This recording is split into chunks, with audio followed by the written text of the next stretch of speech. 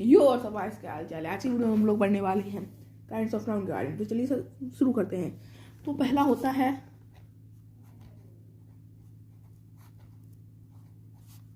Proper noun. तो पहला होता है प्रॉपर नाउन। प्रॉपर नाउन की डेफिनेशन होती है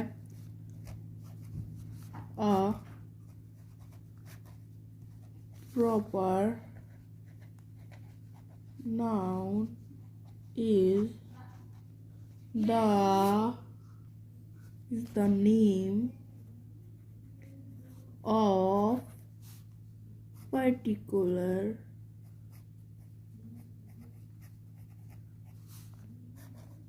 person, place or things. Just like example में देख लेते हैं हम लोग Mahatma Gandhi, Agra, Ganga, pen,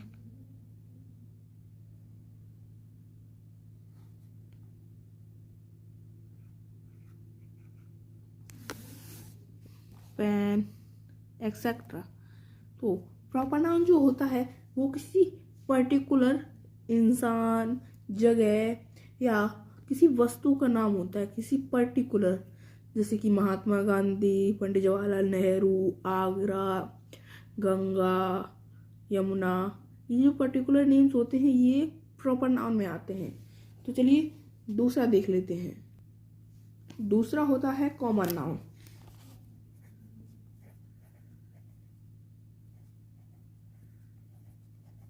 common noun,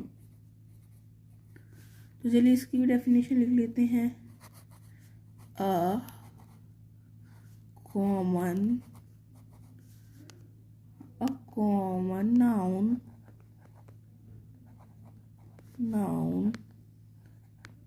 is the name of common person, place और थिंग्स। चलिए इसके भी एग्जाम्पल देख लेते हैं। एग्जाम्पल में जैसे नेहा इज अ गर्ल। चलिए एक और एग्जाम्पल देख लेते हैं। Mister Gupta is a painter. Mister Gupta is a painter. तो जैसे कि यहाँ पर गर्ल, यहाँ पर पेंटर, ये कॉमन है तो ये कॉमन नाउन में आते हैं। जैसे गर्ल कोई भी गर्ल हो सकती है, पेंटर कोई भी पेंटर हो सकता है, तो ये सब कॉमन नाउन में आते हैं। तो चलिए देख लेते हैं तीसरा होता है कलेक्टिव नाउन। कलेक्टिव नाउन, तो चलिए इसकी भी देख लेते हैं। To speak of a collection or a number of person or things as a whole group. जैसे कि एग्जाम्पल में a bundle of sticks। एक बार देख लेते हैं। a herd of cows.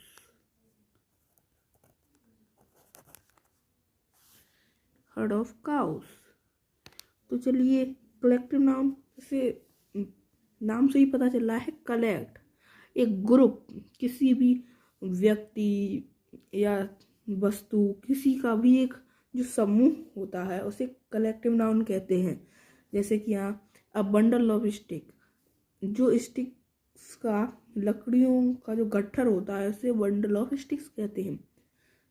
और अ हर्ड ऑफ काउस, जिसमें काऊ रहती हैं, तबेला कहते हैं जिसे शायद तबेला कहते हैं, उसे अ हर्ड ऑफ काऊ कहते हैं।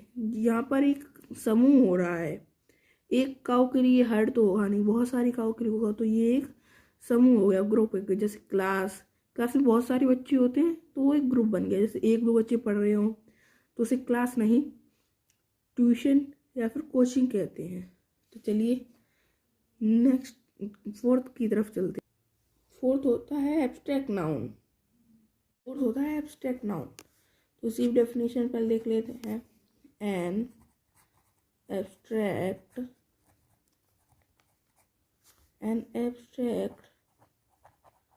noun is usually the name for a state of being a concept, a quality,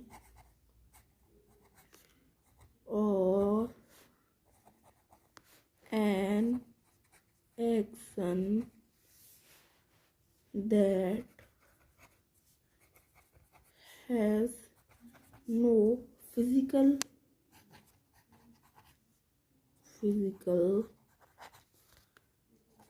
existence.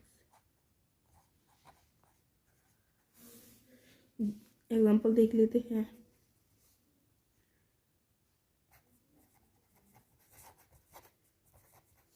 Laughter is the best medicine.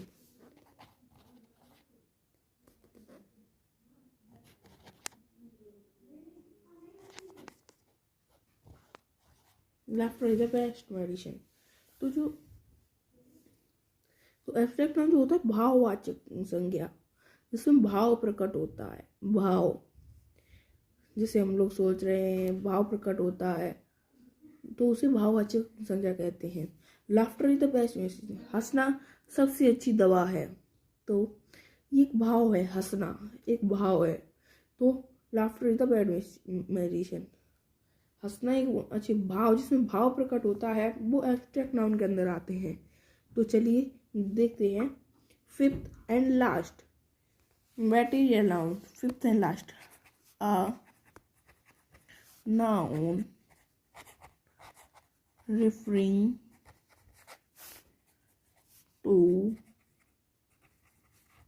things that can be perceived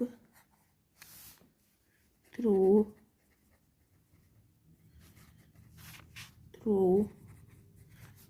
any of our 5 sense. Example: Ram